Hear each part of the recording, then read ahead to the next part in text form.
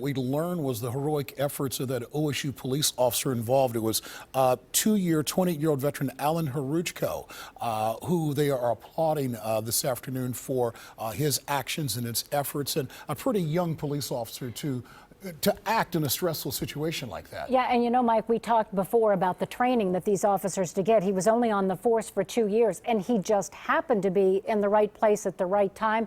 That building was evacuated because of an apparent gas leak. It ended up being nothing. That's why all the people were outside, but that's also why that police officer was there. And when you consider the call went out at 9:52, and this assailant was shot and on the ground at 9:54. It was an incredible response on his part. And we also heard earlier from some young students who ran over to try to take care of the people who were on the ground from being hit.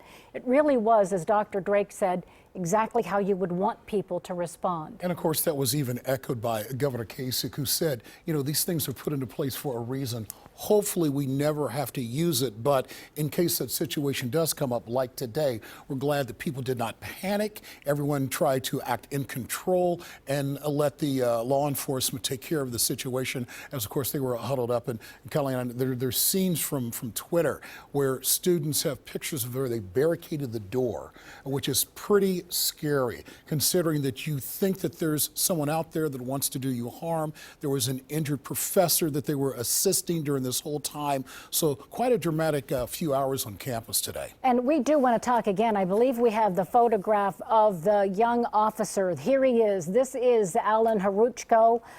28 years old, 2 years on the job, and again, he jumped into action today and was able to take control. In fact, he witnessed the car. Initially, some people thought this car just went out of control, that it was an accident. Then there was a description of it being very deliberate, that the assailant in the car was trying to run people over. He jumped out with a knife and started swinging it at people, and that's when this officer responded and very quickly was able to bring that situation under control. Obviously, a terrifying morning on the campus of Ohio State University. And if you're a parent or at OSU campus, you know you get those alerts.